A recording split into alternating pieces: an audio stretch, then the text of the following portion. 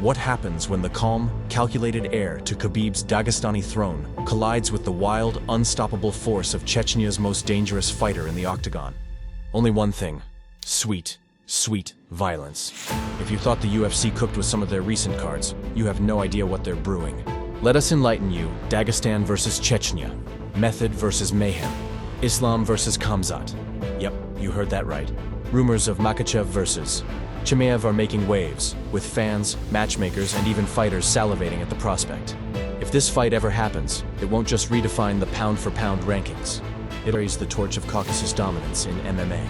In this video, we're going to take a look at the current status of this highly anticipated bout, the cultural and geopolitical background behind their rivalry, and the logistical and managerial challenges that could make or break this super fight. And without further ado, let's uncover stories in MMA today. But before we begin, show your support to Fight Lab World as we bring you the latest news from the MMA world. The beginning of the story. All of this began when Khamzat became the middleweight champion, outclassing Dricus du Plessis at UFC 319. Chimaev said the fastest route to becoming number one pound for pound would be through newly minted welterweight Makhachev, and many salivated at the potential matchup. Chimaev said, "We'll see who is going to be the champ there, but I don't know. It's the fastest way, if the guy wins the fight, fastest way to get the pound for pound, number one." But here's the thing, Islam isn't having any of it. At a recent press conference, he was pressed about the fight.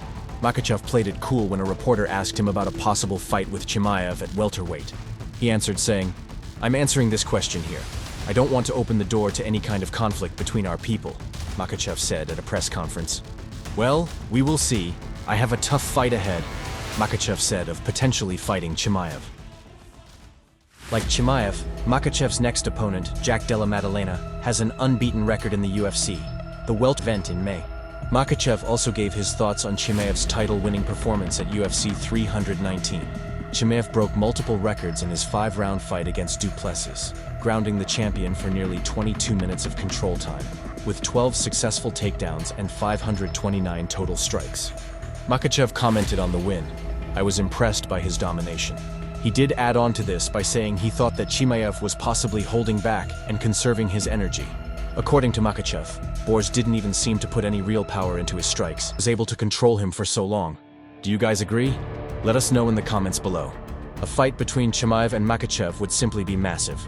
Both UFC stars have over 10 million followers on Instagram and have a combined 30-fight win streak. But we're sorry to burst your bubble. The probability of it happening is close to zero. And here's why. You may think, that's a weird reason. What the hell does geopolitics have to do with professional fighting? Well, let us enlighten you. Here's the EAL kicker. Geopolitics plays a surprisingly big role in why this fight might never happen. Both Islam Makhachev and Khamzat Chimaev come from the North Caucasus region of Russia. Islam from Dagestan and Khamzat from Chechnya. These two republics share a complicated, tense history that goes beyond sports. Dagestan is a diverse and often unstable republic with competing ethnic groups. Chechnya is more centralized under the leadership of Ramzan Kadyrov, who has aggressively pushed Chechen interests, sometimes at Dagestan's expense. There is a long-standing territorial dispute over areas in Dagestan where ethnic Chechens live and demand greater autonomy or even annexation by Chechnya. These disputes have sparked protests, political friction, and fears of violence, which is why a high-profile clash between a Dagestani and a Chechen way more sensitive than it looks. On a larger scale, Moscow walks a tightrope trying to manage and pacify these fiercely proud regions. This is especially true with two figures as revered in their communities as Makhachev and Chimaev. So, while fans see a blockbuster super fight, the reality is that cultural, ethnic, and political rivalry between their homelands casts a long shadow, and it's one reason the fight remains elusive. Verdict. Islam's manager has cited the same concerns, saying, "This will never happen," speaking to Submission Radio. He justified his statement with several reasons.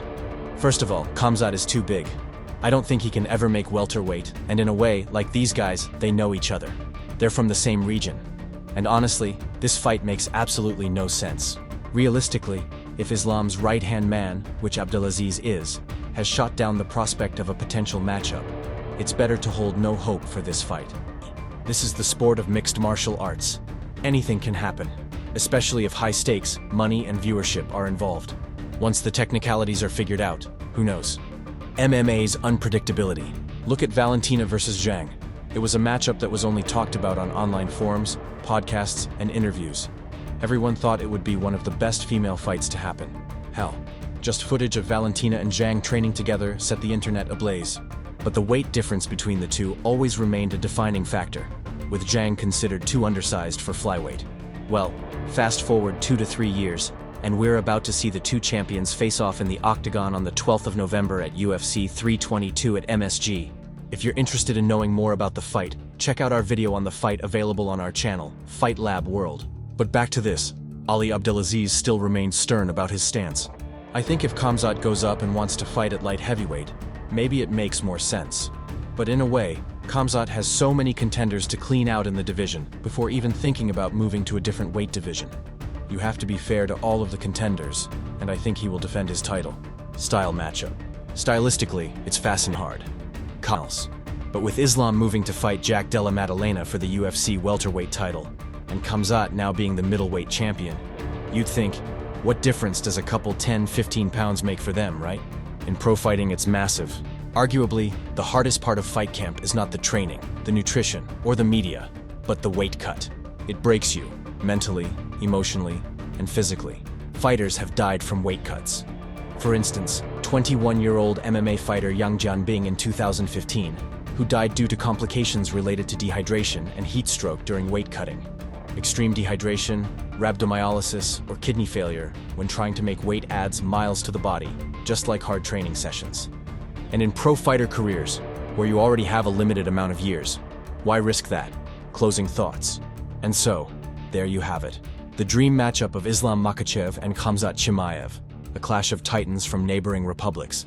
The fight would be a spectacle of unparalleled skill versus raw power, strategy versus aggression. But the truth is, geopolitics, cultural sensitivities, and strict weight class realities make this super fight an uphill climb that might never happen. At least not anytime soon. But a fan can hope, right? We are on the same team as you, trust us. In this sport, nothing is set in stone. We've seen wildcards turn the tide and come from nowhere showdowns that no one saw coming. The door, while narrow, is never fully closed.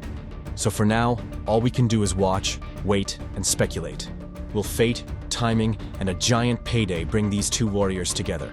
Or will this remain the great what if in MMA history? No matter what happens, one thing's for sure.